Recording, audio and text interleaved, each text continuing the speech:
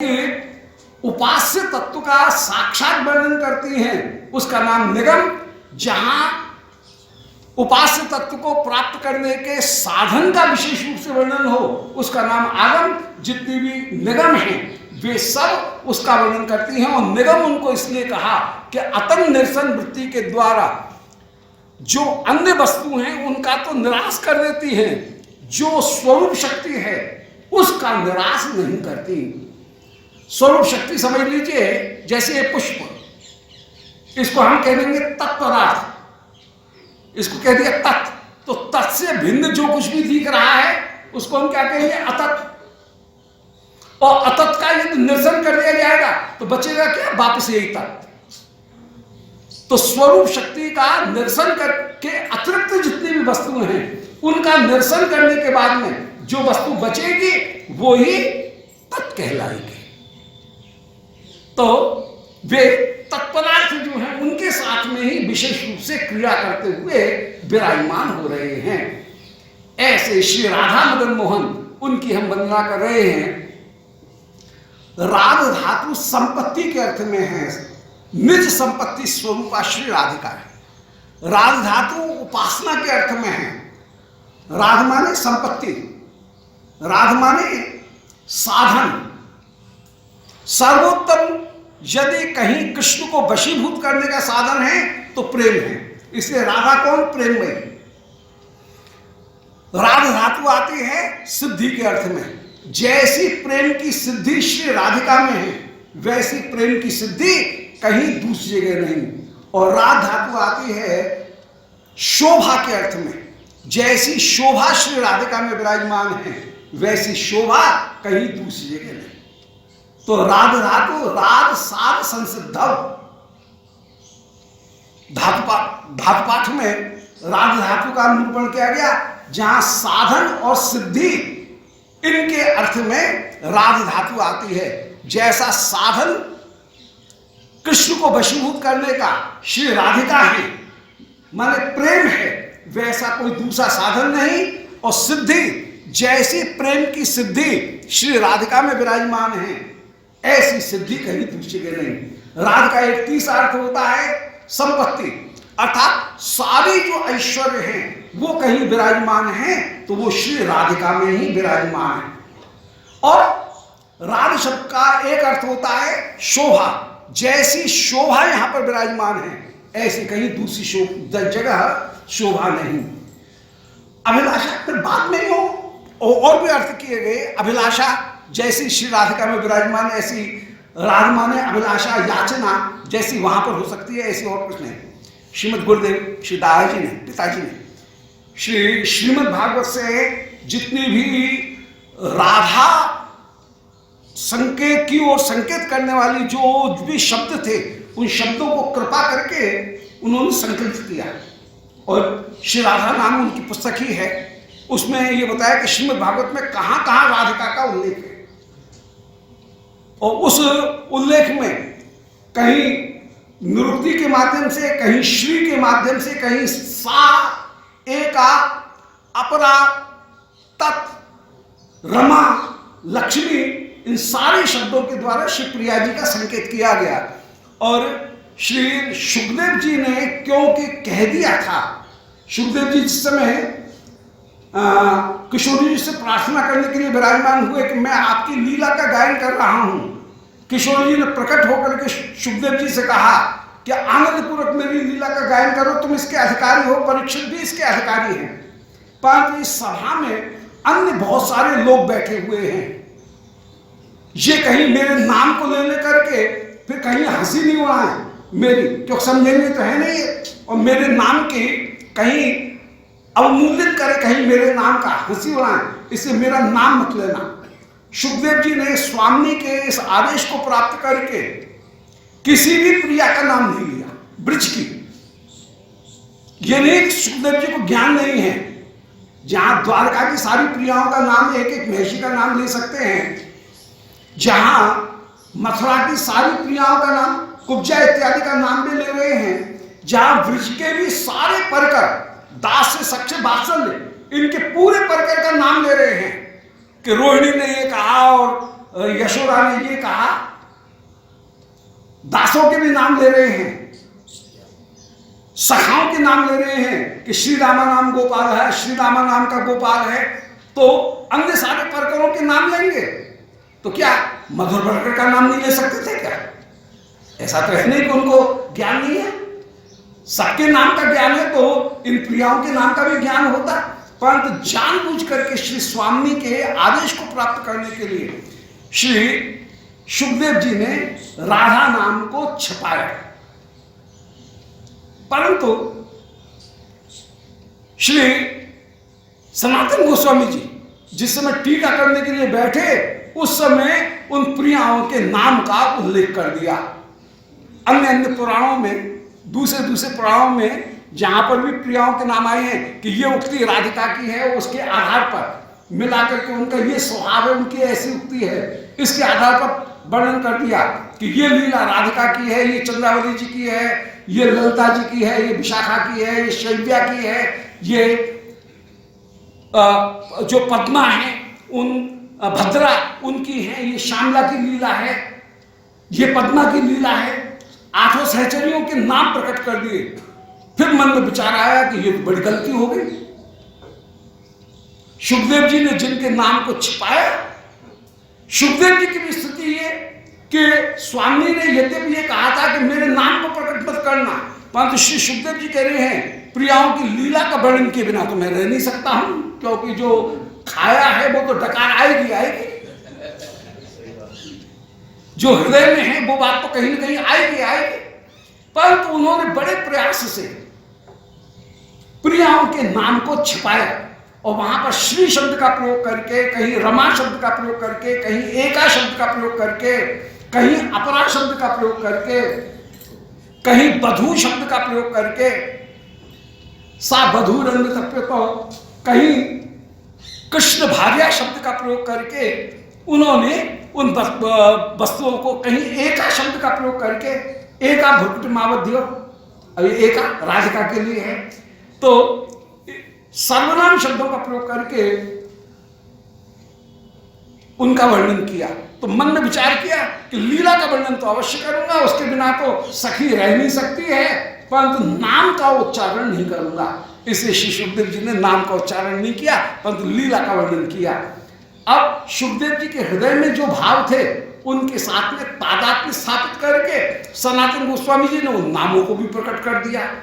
फिर नाम को प्रकट करके फिर डर रहे हैं कि ये तो अपराध हो गया, शुकदेव जी ने जो चीज छिपाई उसको हमने प्रकट क्यों कर दिया, इससे क्षमा प्रार्थना की।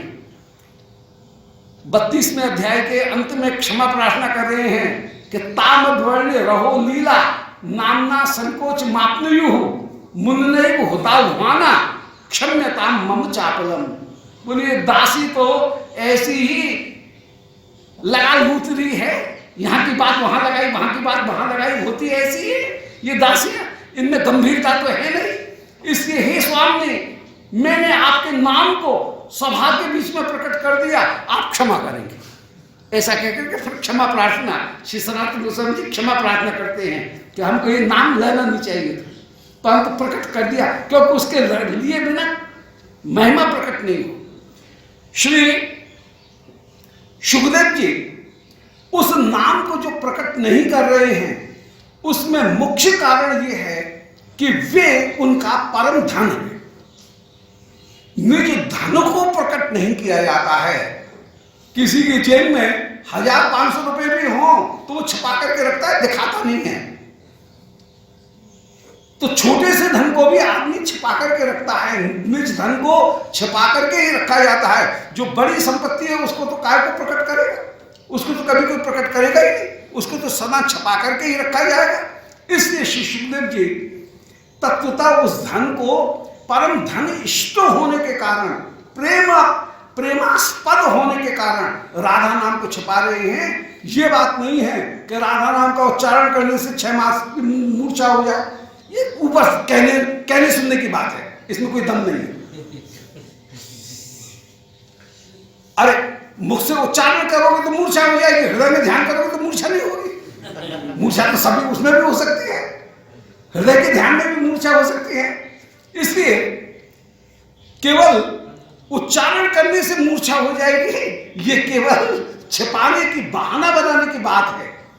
तत्वतः निज धन होने के कारण, और निज धन जो है उसको प्रकट नहीं किया जाता है, उसको सर्वदा छिपा करके रखा जाता है। जो सबसे ज्यादा प्रेमी वस्तु होती है, प्रेमास्पद वस्तु होती है, उसको तो छिपा करके ही रखते हैं।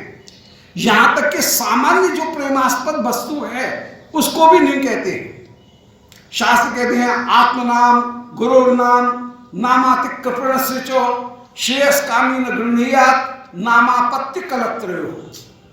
5 व्यक्तियों के नाम नहीं लिए जाते, शास्त्र में निषेध है।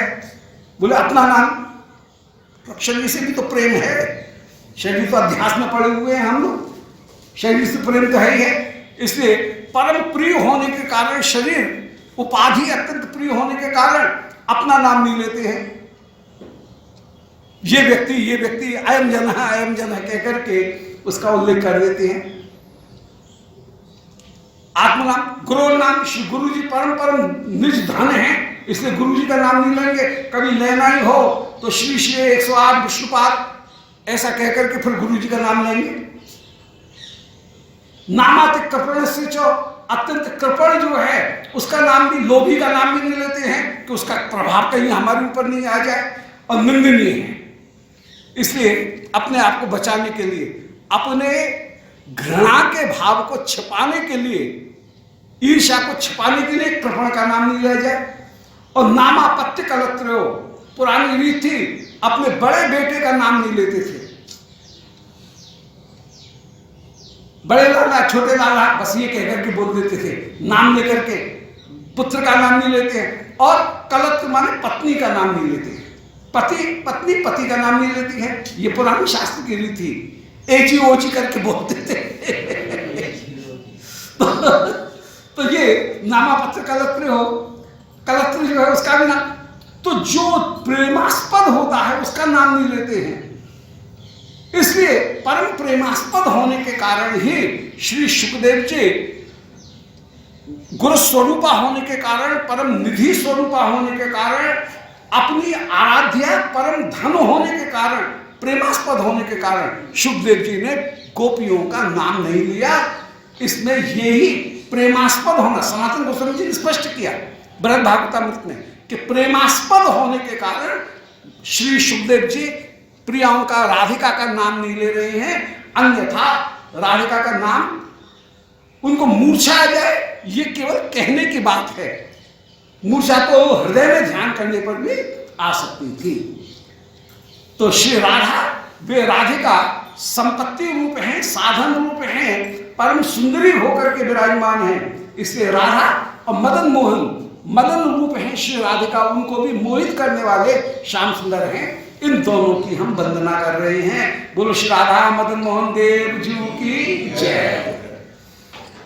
अब श्री गोविंद की वंदना कर रहे हैं। हमारे लिए उपास्य कौन है? बोले श्री कृष्ण उपास्य हैं। बोले कृष्ण तो बहुत है, नृसिंह को भी कृष्ण कहा गया और मत्स्य भगवान को भी कृष्ण कहा गया, और अंतर्यामी जो बैठा हुआ है हृदय में उसका नाम भी कृष्ण ही है। तो कृष्ण तो सब है, जो सबको आकर्षित करे, सबका आधार हो, उसका नाम कृष्ण। तो ऐसे तो सभी हैं। इसलिए उस कृष्ण नाम को भी कहीं स्पेसिफाई करने के लिए, उसको भी विशिष्ट बनाने के लिए, सविशेष बनाने के लिए, उसके लिए एक नाम दिया गया गोविंद।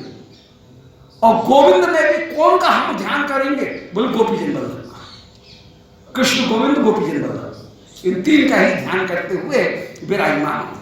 तो यहाँ पर गोविंद स्वरूप जो है, उस गोविंद स्वरूप का ध्यान कर रहे हैं कि दिव्य वृंदावन कल्पद्रुमाधा, जो श्री मध्यान्ह योगपीठ में, प्रातःकालीन योगपीठ में और सायंकालीन योगपीठ में, 3 योगपीठ हैं।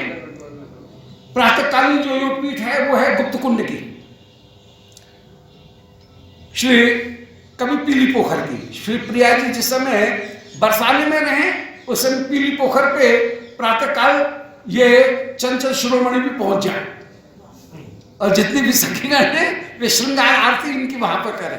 तो प्रातःकालीन योगपीठ में मंगला आरती वो वहां पर करें, तो मंगला आरती में भी वहां पर भी वो इनकी योगपीठ विराजमान। वो प्रातःकालीन योगपीठ और श्रृंगार आरती की, और दूसरी जो आरती है वो है मध्याह्न में श्री राधा कुंड योगपीठ, और सायंकालीन आरती मैं सायंकाल में फिर से वे विराजमान हो तो वो श्री रास की जो योगपीठ है श्रीमद वृंदावन, उन वृंदावन योगपीठ। तो एक गुप्त कुंड की योगपीठ या पीली पोखर की योगपीठ, दूसरी श्री राधा कुंड की योगपीठ और तीसरी श्री वृंदावन की योगपीठ। इनमें विशेष रूप से जो कृपा होती है वो विशेष रूप से कृपा होती है मध्याह्न योगपीठ में। इसलिए जयताम सुरत और पंगो दिव्य वृंदावन में कल्पद्रुमाध है, श्री वृंदावन कल्पद्रुम के बीच में जो श्री विराजमान है, मध्याह्न योगपीठ में विराजमान है, सुंदर दिव्य कल्प वृक्ष है, उसके नीचे रत्नागार श्री राधा कुंड के पास में किनारे पर जो अनंग रंग कुंज है, 8 सखियों की जो कुंज, उनमें अनंग रंग नाम करके जो कुंज है, उस कुंज में श्री प्रिया जी के साथ में जो विशेष रूप से विराजमान है रत्न आगा अनंग रंग कुंज वहां पर विराजमान है। उसमें भी रत्न सिंहासन स्थल, रत्न सिंहासन के ऊपर जो विराजमान है। श्री राधा कुंड के चारों ओर 8 सखियों की अलग अलग कुंज हैं। इसी प्रकार श्री कृष्ण कुंड, उनके भी चारों ओर जितने भी सखागण हैं उन सबों की कुंज विराजमान है।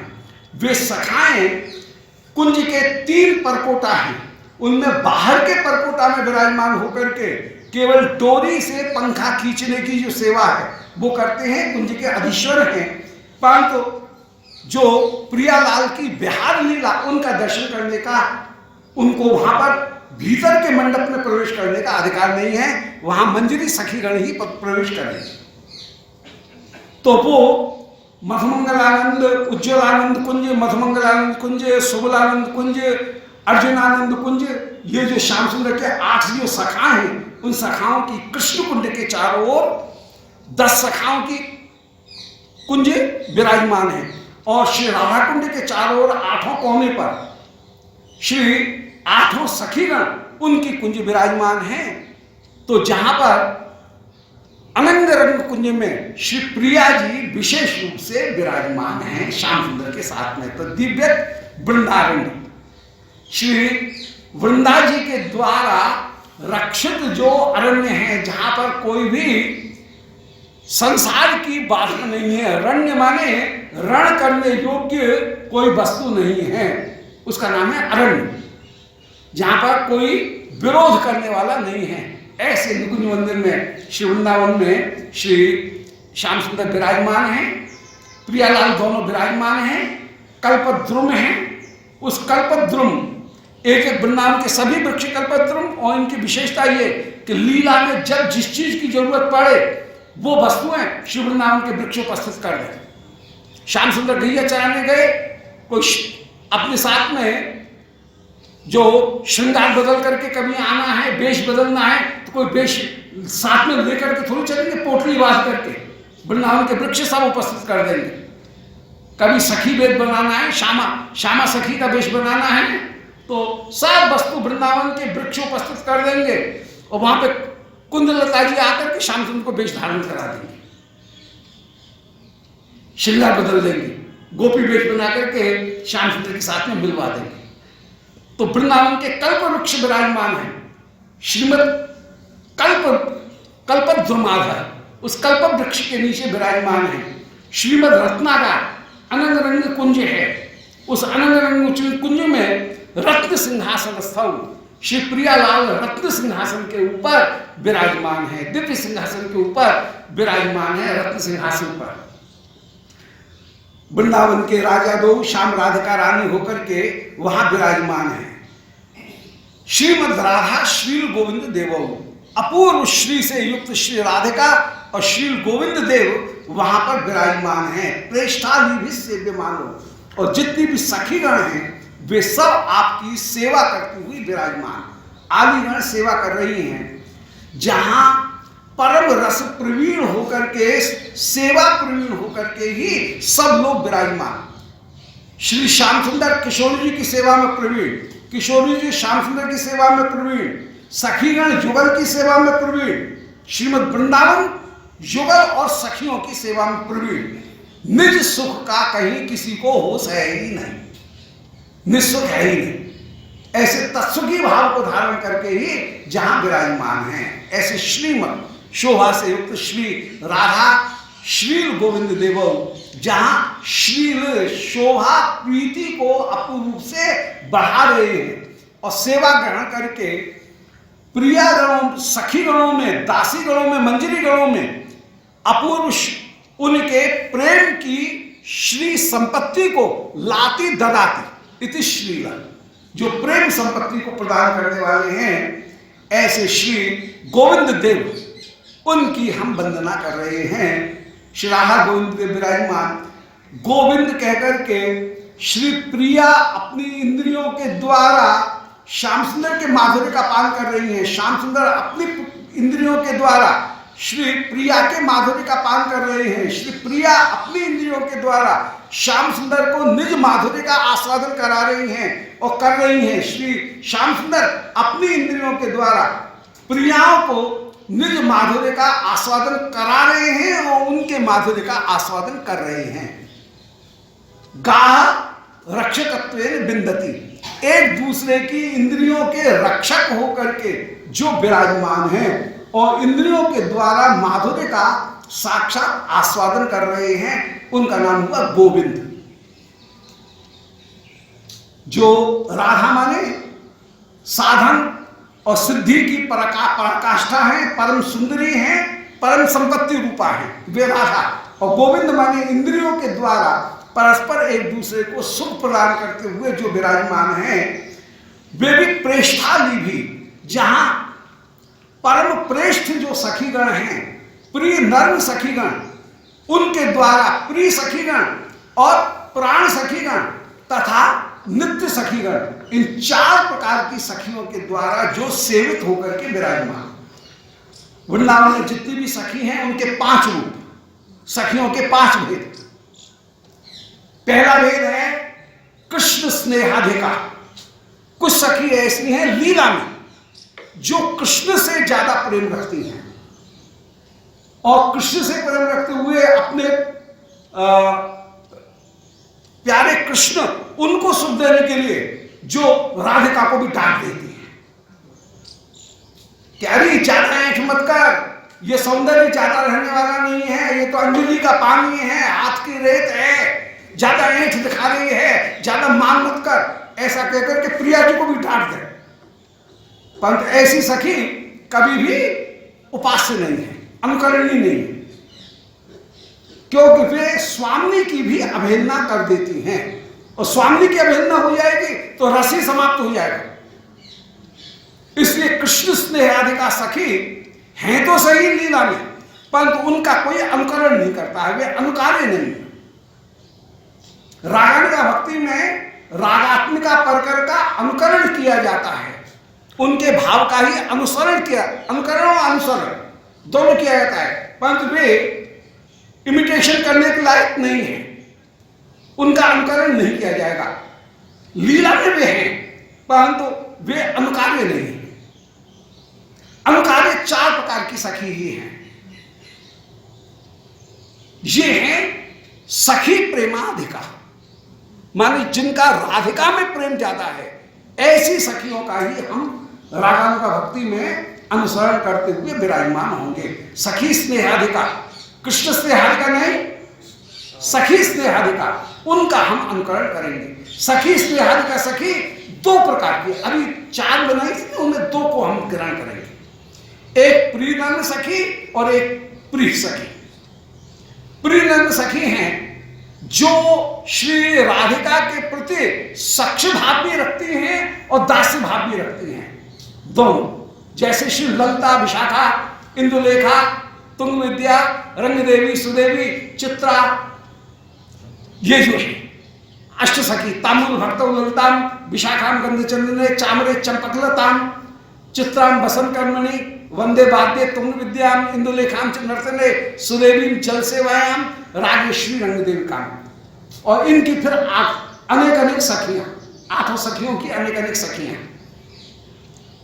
ये जो सखी हैं इनसे सेवित होकर के, तो ये हो गई प्रिय नर्म सखी। परिहास भी करेंगे, नर्म माने हंसी, जिनका ये अधिकार है कि सखी के साथ में परिहास भी कर लेंगे। साथ के साथ में इनका ये अधिकार है कि मेरा हार तू पहन ले, तेरा हार मैं पहन लूं, मेरी साड़ी तू पहन ले, तेरी साड़ी मैं पहन लूं। जहां पर बिल्कुल बराबर का व्यवहार है, जैसे सहेलियों में होता है, वस्त्र परिवर्तन करके, श्रृंगार परिवर्तन करके भी विराजमान हो, स्नेह की अधिकता विराजमान है। ये प्रिय नर्म सखी हुई अष्ट सखी का। दूसरी सखी हैं प्रिय सखी। प्रिय सखी वे हैं जो कि हैं तो सखी पर दास्य भाव ही रखती हैं, जैसे श्री वृंदारिका। ये हैं देवी, पद खूब ऊंचा है, पद फिर भी सदा दासी बन करके, सखी होते हुए भी दासी सेवा को ज्यादा करेंगे। वे हैं प्रिय सखी। तो प्रिय सखी और प्रिय नर्म सखी ये 2 हो गए, ये सखी स्नेहाधिकारी। अब 2 बाकी जो रह गई, वे 2 बाकी सखी हैं नित्य सखी और प्राण सखी। इनमें नित्य सखी हैं नित्य मंजरी गण, जैसे श्री रूप मंजरी, रत मंजरी, अनंग मंजरी, ये नित्य सखी।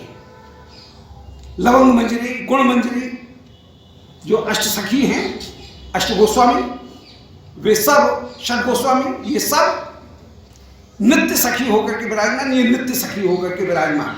और प्राण सखी होकर के हम सभी के जो साधक हैं, वे साधकों को जब श्री किशोर जी कृपा करके अपनाएंगे, तब उनको कृपा करके वे मंजरी स्वरूप प्रदान करेंगे, उनके द्वारा सेवा करते हुए वे विराजमान होंगे। अब ये 2 पीछे की नित्य सखी और प्राण सखी, ये दोनों की दोनों उभय स्नेहाधिका हैं, दोनों के प्रति स्नेह। पर इनको तराजू में तोला जाए कि कृष्ण का प्रेम और राधिका का प्रेम, इन 4 सखियों का, तो दोनों के साथ में प्रीति करेंगे, परंतु फिर भी एक पल्ला थोड़ा सा झुका रहेगा। श्री राधारानी वाला जो पल्ला है वो थोड़ा झुका रहेगा। स्नेहाधिका इनमें विराजमान है। अतः प्रेष्ठाली भी, जो प्रेष्ठ सखीगण हैं, उन प्रेष्ठ सखीगणों के साथ अष्ट सखीगण जो हैं, उनसे वे युक्त होकर के विराजमान हैं, उनसे सेव्य होकर के विराजमान हैं। उन श्री गोविंद का हम स्मरण कर रहे हैं। और इसके बाद में एक श्लोक में जो प्रयोजनीय पदार्थ श्री राधिका प्रेम, वो ही प्रयोजनीय पदार्थ है। इस प्रेम के वशीभूत होकर के ही श्री श्याम सुंदर विराजमान, और उस प्रयोजन पदार्थ की महिमा उनका गायन करते हुए कह रहे हैं कि श्रीमान रास रसारंभी वंशी बट तटस्थिता कर्षण वेणु समेत गोपी गोपीनाथ श्रीयोस्तुना, कि वे अपूर्व शोभा से युक्त हैं। श्रीमान रास रसारंभी, रास का अर्थ है रसानाम समूहो रास, अर्थात श्री प्रियालाल की श्रीमद् वृंदावन की निकुंज लीला में सभी वस्तुएं रसरूप ही हैं। यहाँ कृष्ण स्वयं रसरूप, श्री राधारानी मादला की महाभाव स्वरूपा, जितनी भी सखीगण वे श्री प्रियालाल की इच्छा रूप होकर के, शाखा पत्ता होकर के वे विराजमान। श्रीमद् वृंदावन प्रियालाल का देह होकर के विराजमान। जितनी भी सामग्री रस की सेवा की, वो सब रसरूप होकर के विराजमान। श्री प्रियालाल ने जो श्रृंगार धारण कर रखे हैं, वे भी अंग संगनी सखी होकर के विराजमान। कहीं अग्रवर्तिनी सखी, कहीं अनुवर्तिनी सखी, कहीं अंग संगनी सखी। अंग संगनी सखियों में भी कभी कृष्ण अंग संगनी, कभी राधिका अंग संगनी आभूषण होकर के, और कभी उभय अंग संगनी होकर के विराजमान, जैसे शैया, जैसे छत्र, जैसे दर्पण, प्रियालाल दोनों एक साथ दर्शन करेंगे, तो वह अंग संगनी होकर के भी वे विराजमान। तो सखियों के 4 रूप, अग्रवर्तनी सखी जैसे ललिता विशाखा, अनुवर्तनी सखी जैसे कि श्री रूप मंजरी प्रवृत्ति जो ललिता विशाखा के अनुवर्तन करती हुई विराजमान होंगी। फिर तीसरी जो सखी हैं वे हैं अंग संगनी। अंग संगनी 3 प्रकार की, कृष्ण अंग संगनी माने कृष्ण का श्रृंगार वस्त्र, राधिका अंग संगनी राधिका का श्रृंगार राधिका के वस्त्र, और उभय अंग संगनी माने लीला की सामग्री, शैया, निकुंज, छत्र, पात्र, भोजन के पात्र, चमक, ये उभय अंग संगनी। और चौथी जो सखी है वो है अंतर्गता सखी, हृदय में भाव रूप होकर के भी वे सखी विराजमान, भाव भी सखी है। हरिणी हरिणी हिरणम हरितांश प्रक्रिया में होकर के जो विराजमान, संकालिक का जो सखी का स्वरूप है वो स्वरूप, वो अंतर में जो भाव है वो भाव रूपी सखी विराजमान, महाभाव स्वरूपा यदि श्री प्रिया है तो उनके हृदय में जो भाव है वे भाव ही कहीं श्रृंगार बन करके और भाव रूप में भी हृदय में विराजमान। जैसे कौटिल्य ही नेत्र का काजल बन गया और कौटिल्य रूपी सखी हृदय में भी विराजमान है, वामता रूपी। मान रूपी अवगुंठन सखी भी विराजमान है और मानवी अवगुंठन बन करके भी, आमुषे बन करके भी वो विराजमान है। तो ये चारों प्रकार की सखी जो है वो विराजमान है। तो रास रसारंभी, रास का तात्पर्य है सभी रस की सामग्री जिनमें विराजमान है, इस निकुंज की सारी वस्तुएं रसात्मक होकर के ही विराजमान हैं। उस रास रस का आरंभी माने सदा विस्तार करने वाले, नित्य नूतन नूतन विस्तार करने वाले होकर के ये सखीगण विराजमान हैं। सखी बिना यही रसेर पुष्टि नहीं है, सखी रस विस्तारिया, सखी आस्वादे, आस्वादे करने वाली, विस्तार करने वाली सखी ही है।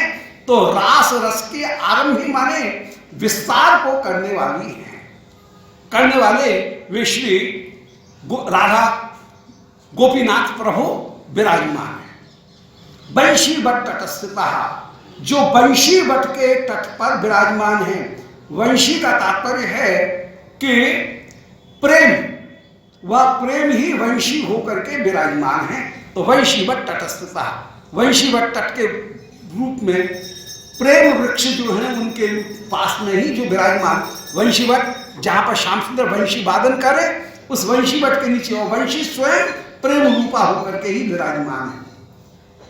ऐसे वंशीवट तटस्थिता कर्षण वेणु स्वने गोपी, वे वेणु के स्वर से गोपी गणों को आकर्षित करते हुए विराजमान है।